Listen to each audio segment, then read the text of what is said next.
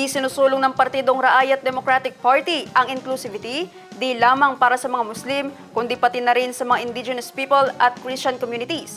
Inilatag ito ng partido sa isinagawang Raayat Democratic Party General Assembly 2026 na may temang Partido para sa Lahat ng Bangsamoro. Ang News Now sa report. Ayon kay MP Baintan Adil Ampatuan, ang salitang raayat ay nangangahulugang tao o masa. Binigyan din niya na inklusibo ang Raayat Democratic Party at layong magbigay ng boses sa lahat, lalo na sa mga sektor na may limitadong akses sa pamahalaan. Raayat, ang ibig sabihin ng raayat ay tao, masa, peoples. Kayo yung tao, tayo yung tao, tayo yung tao ng Bangsamoro, tayo yung dapat na magsasabi kung sino ang leaders natin.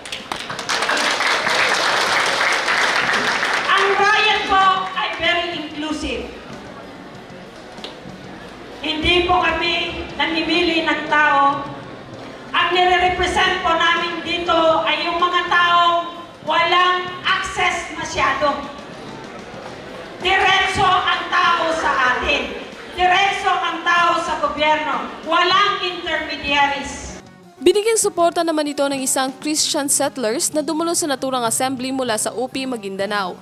Anya, nais din nilang mapabilang sa mas malawak na pagkakakilanlan ng Bangsamoro. Ako po isang Kristiyano, isang settler na naninirahan sa Nuro UP Maguindanao. Hindi po ako kasama sa mga hanay ng mga magsasalita. Subalit ayaw ko pong palagpasin ang pagkakataon na ipakita dito sa mga sumusuporta sa partido ng raayat na kami mga settler o mga Kristiyano ay gusto rin tawaging Bangsamoro. At kami ay naniniwala na ang pinaghirapan ng ating mga mujahideen, ang pinaghirapan ni Atty. Lorena sa pagkikipag-usap sa gobyerno ng Pilipinas ay hindi lamang para sa mga Muslim, hindi lamang para sa mga IP, kundi para rin sa aming mga Kristiyano. Aasahan na magkakaroon pa ng General Assembly na gaganapin sa Marawi City at Island Provinces na sakop ng BARM.